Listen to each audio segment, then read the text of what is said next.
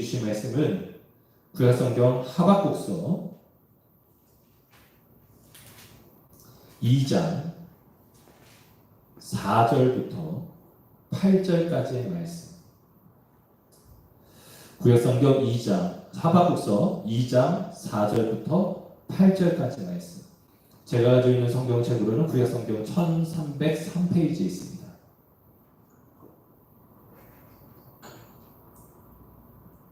구약성경 1303페이지 하박국 2장 4절부터 8절까지 말씀, 우리 다 같이 합독하여서 같이 읽도록 하겠습니다. 함께 합독하겠습니다.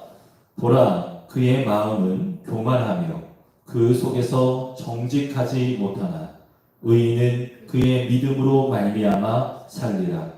그는 술을 즐기며 거짓되고 교만하여 가만히 있지 아니하고 수월처럼 자기의 욕심을 넓히며 또 그는 사망 같아서 족한 줄을 모르고 자기에게로 여러 나라를 모으며 여러 백성을 모으나니 그 무리가 다 속담으로 그를 평론하며 조롱하는 시로 그를 풍자하지 않겠느냐.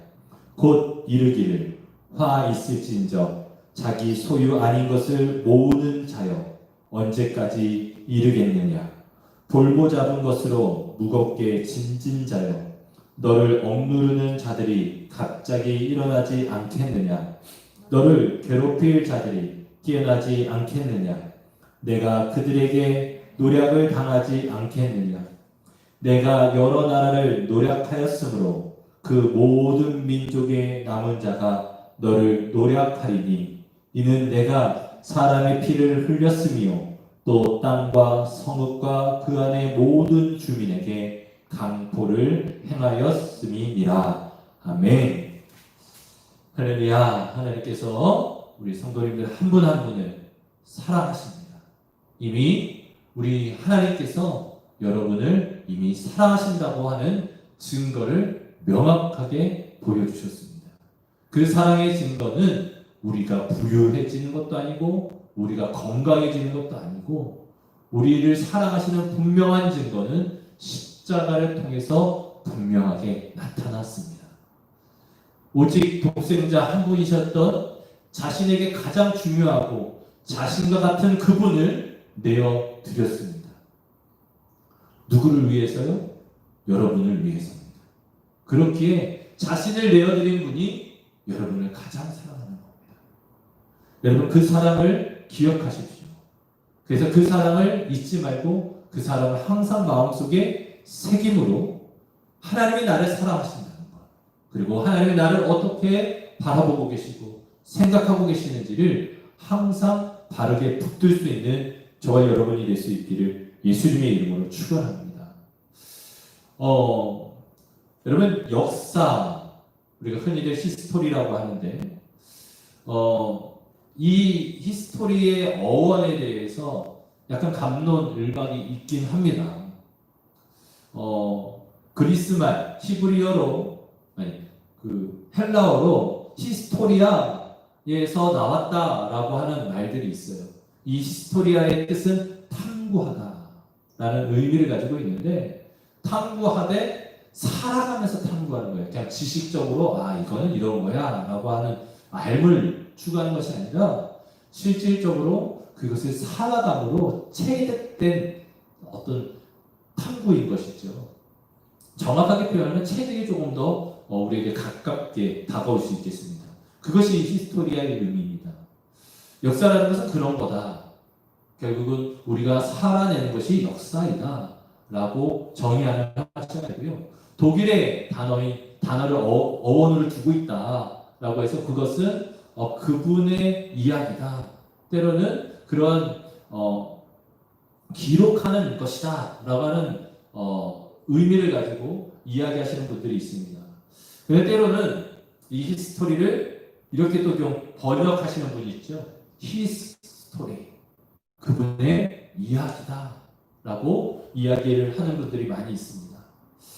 여러분, 온 세계의 역사는 이 세상을 창조하시고 이 세상을 빚어내신 하나님의 계획과 하나님의 때와 하나님의 공급하심과 하나님의 역사 가운데 이루어졌습니다. 그래서 어떻게 보면 앞서 잠시 언급했었던 히스토리가 맞을 수 있습니다.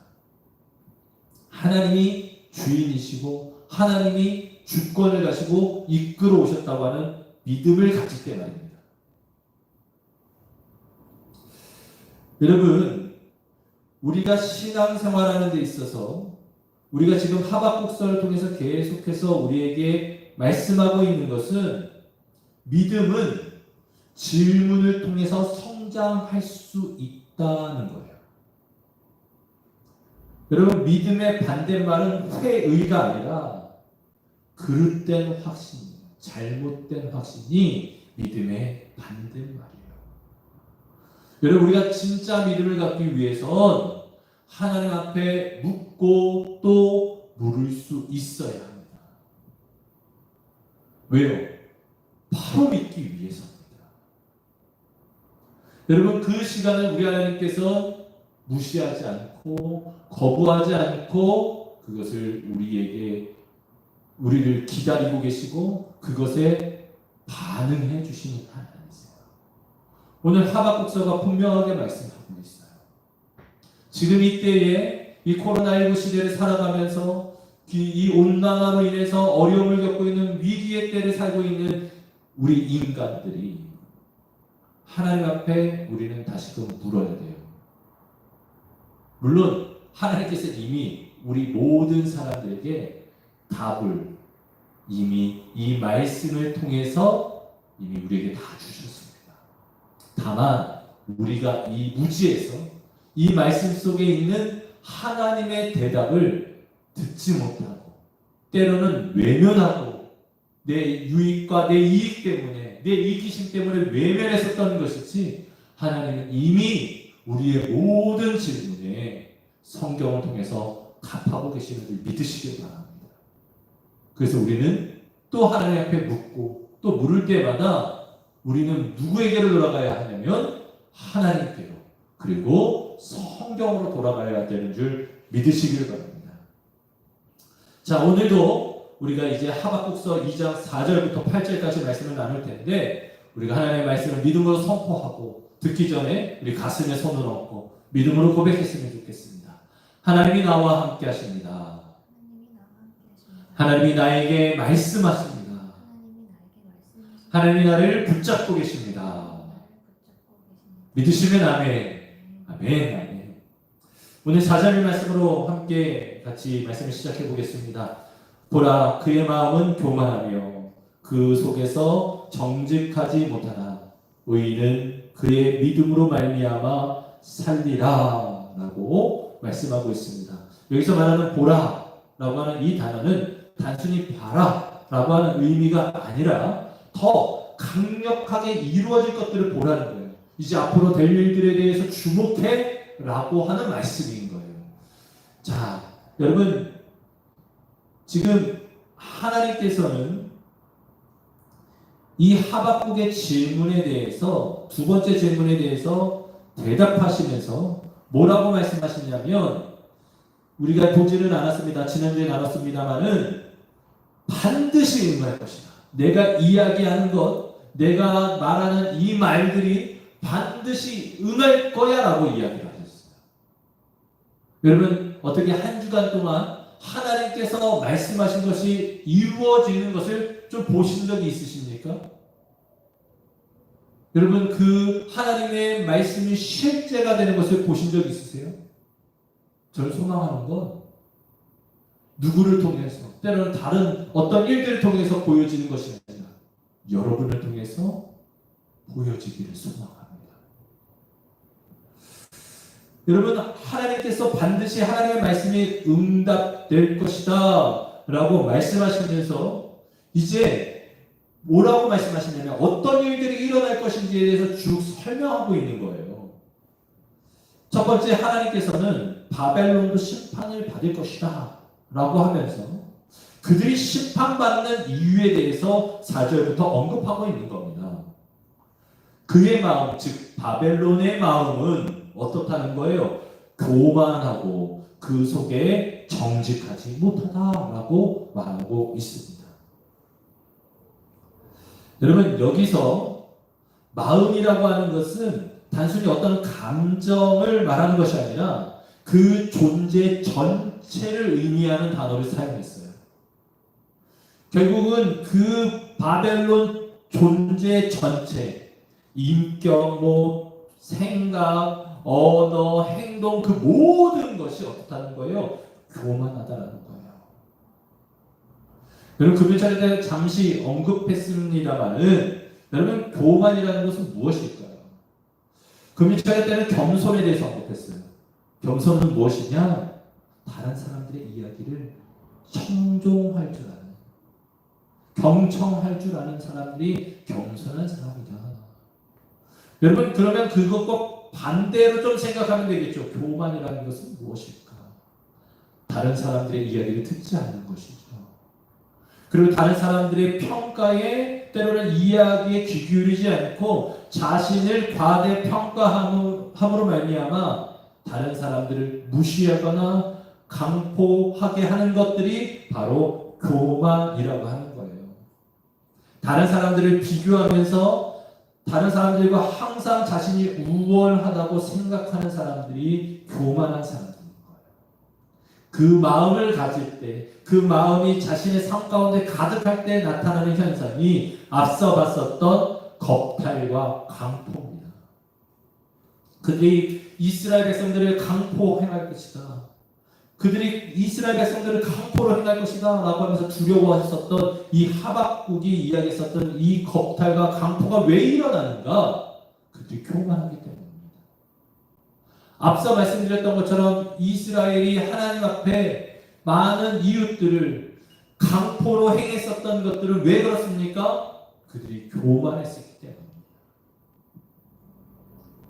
여러분, 대한민국은 얼마나 이런 일들이 많이 일어납니까? 얼마나 겁탈과 강포가 많이 일어납니까? 사진 하나 넘겨주셨으면 좋겠어요. 여러분, 이 사진들 혹시 보신 적 있으십니까? 이 오른쪽에 있는 모습은 백화점에서 한 분이 백화점 직원의 머리를 잡고 막 흔드는 장면입니다. 우리가 아는 백화점 갑질 사건이죠. 이 직원에게 무릎을 꿇으라고. 보안 요원들이 와도 도저히 제재를 못하는 그런 일들이 벌어졌습니다. 내가 누군지를 아냐. 그 옆에 있는 거는 뭐죠? 얼마 전에 있었던 일이죠. 아파트 입주민이 20여일 동안 경비원을 폭행함으로 인해서 그 경비원이 스스로 그 억울함 때문에 자살했었던 그 일이 있었던 그 경비원께서 일하셨던 그런 경비실입니다. 여러분, 우리나라 많은 사회에서 겁탈과 강포의 사건들이 비일비재 일어나고 있습니다. 이것은 무엇 때문에 일어나는 것입니까? 어떤 것으로 인해서 이 일들이 시작되는 것입니까? 앞서 언급했던 것처럼 교만 때문입니다.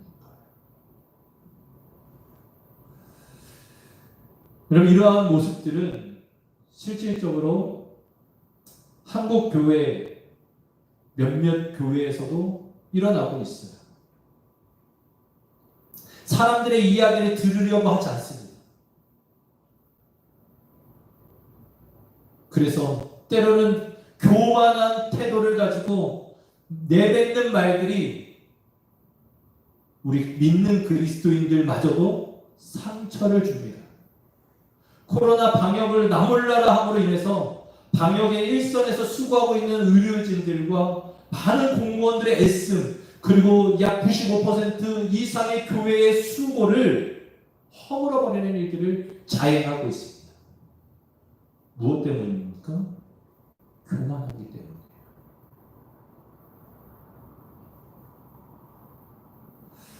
여러분, 성경에서는 이 교만에 대해서 아주 많이 비난하고 때로는 이것이 악의 뿌리인 것을 언급하고 있습니다. 마태복음 7장 22절부터 23절 말씀에 보면 주님께서 이렇게 말씀하시죠. 간음과 탐욕과 악독과 속임수와 음탕과 질투와 비방과 교만과 우매함이니 이 모든 악한 것이 다 속에서 나와서 사람을 더럽게 합니다. 여러분, 교만이 우리를 더럽게 하고, 교만이 교회를 더럽게 하고, 교만이 한국 사회를, 그리고 지금 우리가 보고 있는 이 세계적인 역사 가운데 바벨론을 더럽게 함으로 말미암아 이들은 심판받을 거라는 거예요. 말씀을 조금 더 찾아보죠. 고린도전서 13장 4절 말씀에, 여러분, 우리 하나님의 사람들은, 하나님의 사랑을 아는 자들은, 우리 안에 하나님의 사랑이 숨쉬고 있는 자들은 어떻게 합니까? 사랑은 오래 참고 사랑은 온유하며 시기하지 아니하며 사랑은 자랑하지 아니하며 어떻게 해요? 교만하지 않는다 라고 말하고 있는 거예요. 여러분, 저는 소망하는 것은 저와 여러분들의 삶 가운데 이 교만의 그림자도 보여지지 않기를 소망합니다. 또한 그러한 교만의 모습들이 있다고 한다면 여러분, 지금도 늦지 않았습니다. 지금 하나님께서 이 바벨론을 진멸하겠다, 심판하겠다라고 하는 이 말씀을 들으면서 어떻게 우리는 깨우치고 회개의 자리로, 겸손의 자리로 나와야 하는 줄 믿습니다. 베드로전서 5장 5절 말씀에 보면, 젊은 자들아 이와 같이 장로들에게 순종하고 다 서로 겸손으로 허리를 동이라. 하나님은 교만한 자를 대적하시되 겸손한 자들에게 은혜를 베푸시느니라. 여러분, 하나님의 도움을 받기를 원하십니까? 하나님의 은혜를 받기를 원하십니까? 오늘 이 말씀을 기억하기를 원합니다. 하나님이 대적하는 자가 되지 않기를 예수님의 이름으로 축복합니다. 한국교회가, 이 대한민국이 하나님께서 심판하는 지금 이 바벨론과 같은 모습으로 살아가고 있다고 한다면 속히 돌이켜야 될 줄 믿습니다. 그렇기 때문에 하나님은 지금 이스라엘 백성들에게, 그리고 하박국 선지자들에게 뭐라고 말씀하고 있습니까? 바벨론은 그렇게 살고 있다. 교만하고 정직하지 못하다. 항상 그의 입술은 거짓이 가득하다. 라고 말하면서 뭐라고 말하고 있습니까? 의인은 믿음으로 말미암아 살아야 돼. 의인은 하나님을 믿음으로 말미암아 하나님께서 그 말씀을 응하시리라, 반드시 응하실 것을 믿고 살아야 한다는 거예요. 특별히 여기서 말하고 하는 이 의인에 대해서 우리가 좀 오해하지 마셔야 될 것은, 우리가 막 공의롭고 정의로운 것만 생각하셔야 하실 것 같은데, 이 의인 안에 어떤 의미가 있냐면 긍휼히 여기는 자는 이라고 하는 의미를 가지고 있어요. 어떤 뜻? 긍휼히 여기는 마음을 가지고. 여러분, 우리가 하나님께서 우리를 바라보실 때 어떤 마음으로 바라보시냐면 긍휼히 여기십니다. 여러분, 이 긍휼을 뭐라고 말씀드렸어요? 예전에 마태복음에서 어머니의 모태에 작은 것 같은 뜻을 가지고 있다고 말씀을 드렸잖아요. 그 사랑으로 생명을 품은 그 어린, 가장 약하고 약한 것을 품는 것이 긍휼이라고 말씀을 드렸어요. 여러분, 강포를 행했었던 이스라엘 백성들에게 다시금 하나님은 말씀하십니다. 너희들 강포가 아니라 이웃들을 향해서, 너희 친척들을 향해서, 또 잃어버린 저 영혼들에 대해서 긍휼히 여김을 회복하라 라고 말씀하고 있어요. 이스라엘에는 아주 중요한 전통들이 있어요. 첫 번째는 어린아이들에게 성경에다가 꿀을 발라서 핥게 하는 거예요. 어린아이들이 태어나면 성경에 꿀을 발라요. 그리고 아이가 이렇게 핥게 하는데, 저는 이게 조금 이해는 안 돼요. 왜냐면 제가 아이를 키우다가 저희 아내한테 배운 게, 어린아이들한테는 꿀을 먹이면 조금 위험하다고 하는 거를 이렇게 좀 들었었거든요. 그런데 어쨌든 꿀을 바르는 건지 설탕을 바르는 건지 단 성분을 바르는 것 같아요. 그래서 그걸 아주 조금 발라서 성경에 혀를 대게 하는 거죠. 아이들은 무언가 배울 때 혀로 처음에 감각을 익히기 때문에 이것이 무엇인지 받아들이기 때문에 성경에다가 꿀을 바르는 건 어떻게 하겠습니까? 아이가 이렇게 혀를 대면서 이 성경, 이 거머죽죽한 이 책, 이것은 어떤 것이구나. 단 것이구나. 라는 걸 가리키는 것을 아주 중요하게 생각해요. 그리고 또 하나, 영상 하나, 사진 하나 보여주시면 좋을 것 같아요. 이거. 많은 유대인들 가정마다 가장 잘 보이는 곳, 거실 가장 잘 보이는 곳에 이렇게 생긴, 때로는 이렇게 안 생긴 것도 있어요. 그냥 우리가 흔히들 이야기하는 저금통과 같이 생긴 것도 있고 접시들도 있어요. 이것을 뭐라고 이야기하냐면 째다카라고 해요. 이 째다카의 뜻이 뭐냐면 긍휼이에요. 이건 뭐냐면 어린아이들에게 다시금 한 번 더 입에다가 넣는 게 있어요. 그것이 뭐냐면 동전입니다. 동전. 더럽죠. 근데 여러분 동전 넣어보셨어요? 저 어렸을 때 많이 넣어봤는데 써요. 어린아이에게 동전을 넣음으로 인해서 돈은 어떻다? 쓰다는 걸 가르쳐요. 우리의 인생 가운데 쓴맛을 줄 수도 있다라고 주의를 주는 거죠. 대신에 그 쓴맛을 준 이 동전을 아이 손에 붙들고 저 째다가 통에다가 동전을 넣게 해요. 이거 쓴 거 여기다가 넣어라. 각자 아이들의 이름마다 때로는 가족의 이름으로 저렇게 째다가 통에 동전을 넣습니다. 그리고 그것을 모아서 1년에 한 번, 때로는 분기별로 한 번 그것을 가지고 가난하고 소외된 이웃들에게 긍휼히 여기는 모습들을 보여주지요. 여러분, 하나님은 이 긍휼한 마음을 이스라엘 백성들에게 회복하기를 원하세요. 여러분, 긍휼은 하나님의 시선으로 타인을 바라보는 것입니다. 여러분, 이 의의는 자신의 이익 여부에 따라서 하나님의 뜻을 바꾸는 것이 아니라 내가 좀 손해보더라도 그 뜻을 온전히 따르는 사람들이 의인인데 그 마음이 뭐냐면 긍휼한 마음을 가질 때예요. D.L. 무디 목사님께서 이런 말씀을 하셨어요. 보여주시면 좋을 것 같아요. 함께 읽어보겠습니다. 시작. 100명 중에 한 사람이 성경을 읽지만 세상의 99명은 그리스도인을 읽는다. 무슨 얘기냐면 세상 많은 사람들이 100명이라고 한다면 그 중에 한 사람이 성경을 보면서 하나님은 이런 분이구나. 우리는 이렇게 살아야 되는구나. 라고 배운다는 거예요. 그런데 나머지 99명은 누구를 통해서 하나님을 배우고 하나님을 알아가냐면 저와 여러분의 모습을 통해서 교회의 모습을 통해서 알아간다라고 D.L. 무디 목사님께서 말씀하신 겁니다. 여러분 기억하십시오. 하나님이 원하시는 것은 긍휼한 마음을 가지고 온 우주 만물을 주장하시는 분이 하나님이시라는 믿음을 가지고 살아가기를 원하십니다.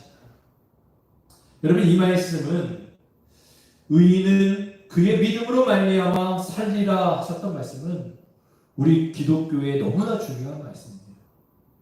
마틴 루터 목사님께서 종교개혁을 하다가 지치고 낙심될 때마다 이단 시비로 인해서 오랫동안 논쟁을 할 때마다 그가 항상 붙들었던 말씀이 바로 이 말씀이에요. 그래서 로마서 1장 17절 말씀을 붙들고 종교개혁을 일으켰던 겁니다. 여러분 신약 성경에 이 말씀이 3번 표현돼요. 로마서 1장 17절, 갈라디아서 3장 11절, 히브리서 10장 38절 말씀. 이 3구절에 의인은 믿음으로 말미암아 산다라고 기록하고 있어요. 여러분 이 믿음으로 살리라라고 하는 것은 단순히 지금까지 살아왔고 지금 살고 있는 것뿐만 아니라 장차 앞으로도 살아갈 것을 의미하고 있는 것이죠. 여러분, 이제 지금까지 열심으로 믿음으로 살아오셨습니까? 지금 믿음으로 살고 계십니까? 저는 소망하는 것은 여러분의 미래에도 믿음으로 살아갈 수 있기를 예수님의 이름으로 축복합니다. 자, 그러면서 5절 말씀에 계속해서 지금 바벨론의 죄성에 대해서 하나님은 언급하고 계십니다. 그는 술을 즐기며 거짓되고 교만하여 가만히 있지 아니하고 수월처럼 자기의 욕심을 넓히며 또 그는 사망 같아서 족한 줄을 모르고 자기에게로 여러 나라를 모으며 여러 백성을 모으나니 라고 기록하고 있어요.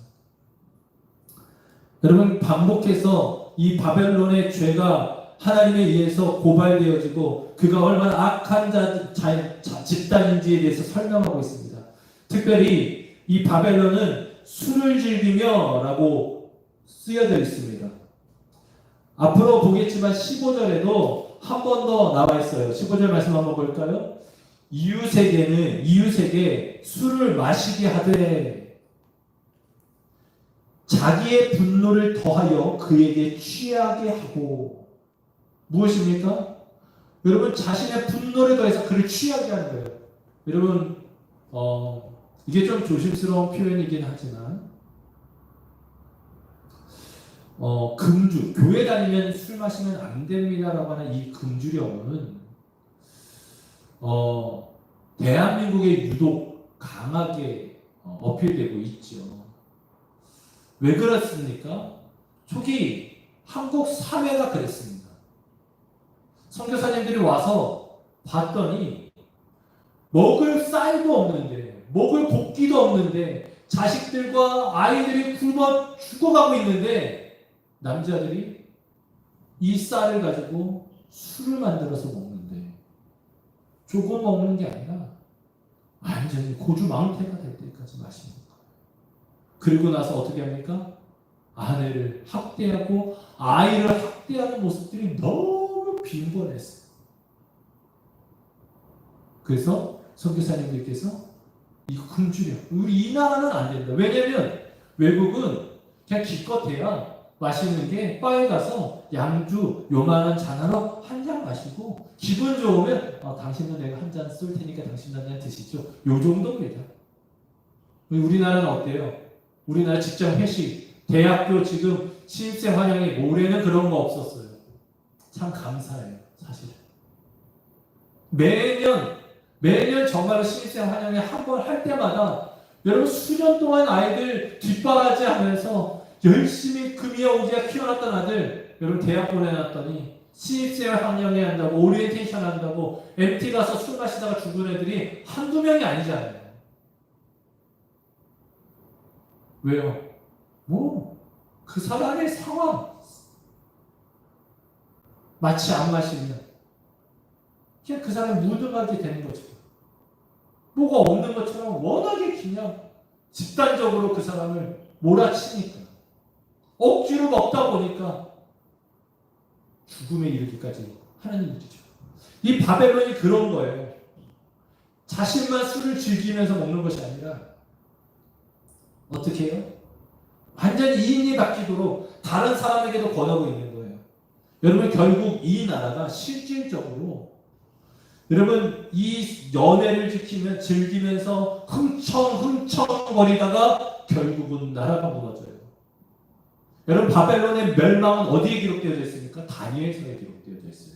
다니엘서 5장으로 가겠습니다. 5장 4절 말씀을 보면 이렇게 나와 있어요. 그들이 술을 마시고 그 금, 은, 구리, 쇠, 나무, 돌로 만든 신들을 찬양하니라. 여러분, 그 앞절에 나와 있는 벨사살 왕이요, 그냥 1년 365일씩 그냥 방백들 부르고 자기 첩들, 후궁들 다 불러서 맨날 술잔치 하는 거예요. 여러분, 이러다가 아주 변방에 있었던 조그마한 정말 이름도 없었던 그냥 도시국가에서 반역을 일으켰어요. 나 이제 바벨론한테 더 이상 못 버티겠어. 나 죽더라도 저놈 새끼 한번 때리고 죽겠어. 하고 달려가서 여러분 때렸는데 바벨론이 맞고 쓰러져 버렸어요. 그리고서 바벨론이 순식간에 무너져 버립니다. 그리고 나서 일어난 나라가 바산이에요. 그러니까 조직력도 없고 정치력도 없고 새도 없는 나라가 그냥 와가지고 딱 때렸는데 쓰러져 버린 거예요. 의식을 잃어버리면 못 일어나. 어떻게 해요? 다스릴 수가 없어. 그래서 어떻게 해요? 해결 본 게 이스라엘이고 그 역사 가운데 하나님께서 이스라엘의 해방을 허락해 주셨죠. 뭐 좀 이따가 구체적으로 이야기하겠습니다만은 여러분 기억하십시오. 지금 하나님께서 경고하고 있는 거예요. 그들이 이곳으로 멸망할 것이다. 그러면서 여러분 그들이 압제하면서 강포를 행하면서 여러 나라를 침략하면서 종들을 모으고 사람들을 모았어요. 그리고 6절 말씀을 봤더니 그 모여진 사람들이 뭐라고 이야기합니까? 그 무리가 다 속담으로 그를 평론하며 조롱하는 시로 그를 풍자하지 않겠느냐. 그는 결국은 술로 망할 것이기 때문에 많은 포로로 끌려갔던 사람들, 두려워했던 사람들이 그들을 조롱할 것이다 라고 이야기합니다.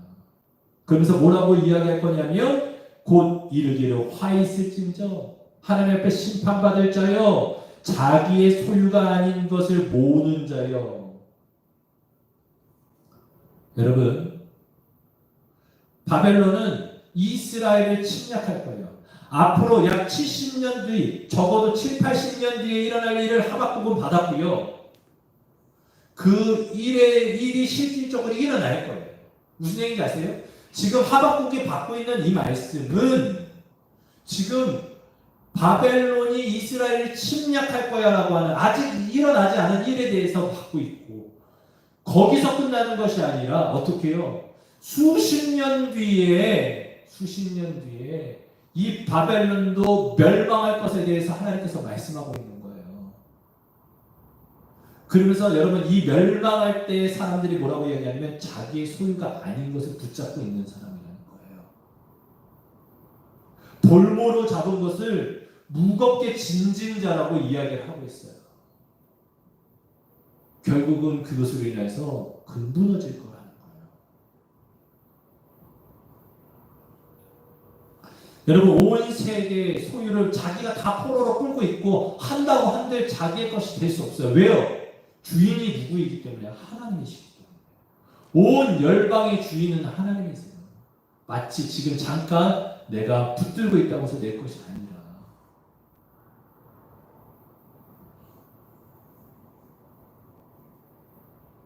그래서 7절 8절 말씀에 너를 억누를 자들이 갑자기 일어나지 않겠느냐, 너를 괴롭힐 자들이 깨어나지 않겠느냐, 내가 그들에게 노략을 당하지 않겠느냐, 내가 여러 나라를 노략하였으므로 그 모든 민족의 남은 자가 너를 노략하리니 이는 내가 사람의 피를 흘렸으며 또 땅과 성읍과 그 안에 있는 모든 주민에게 강포를 행하였음이니라 라고 하면서 이 바벨론이 수많은 나라들을 압제하면서 강포를 행했던 것들로 인해서 결국은 이들이 무너질 것이다 라고 하나님께서 말씀하고 있어요.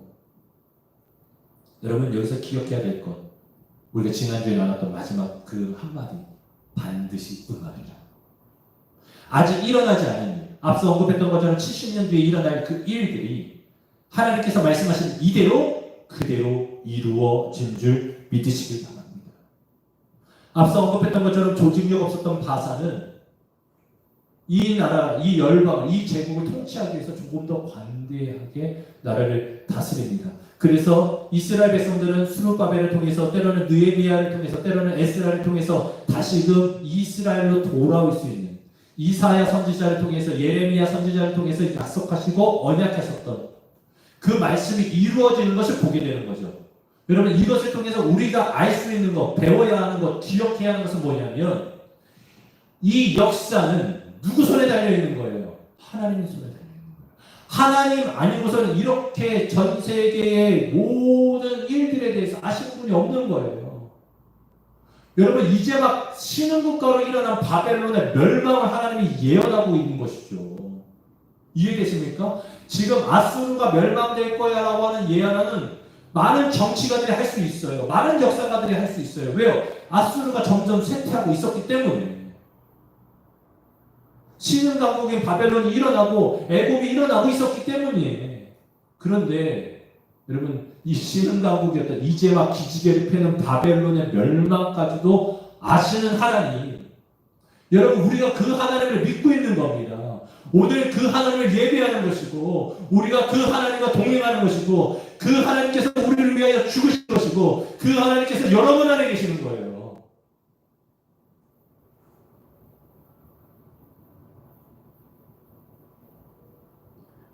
여러분, 기억하십시오. 아무도 모르는 그 일을 하나님만 알고 계세요. 그리고 하박국에게 전하시는 거예요.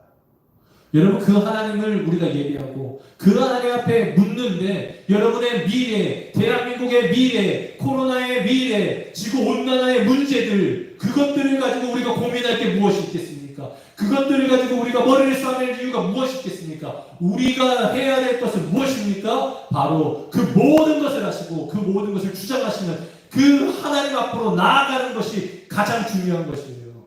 지금 하박국이 앞서 2장 1절에 나와 있는 것처럼 내가 내 자리에 가서 하나님을 바라보겠다.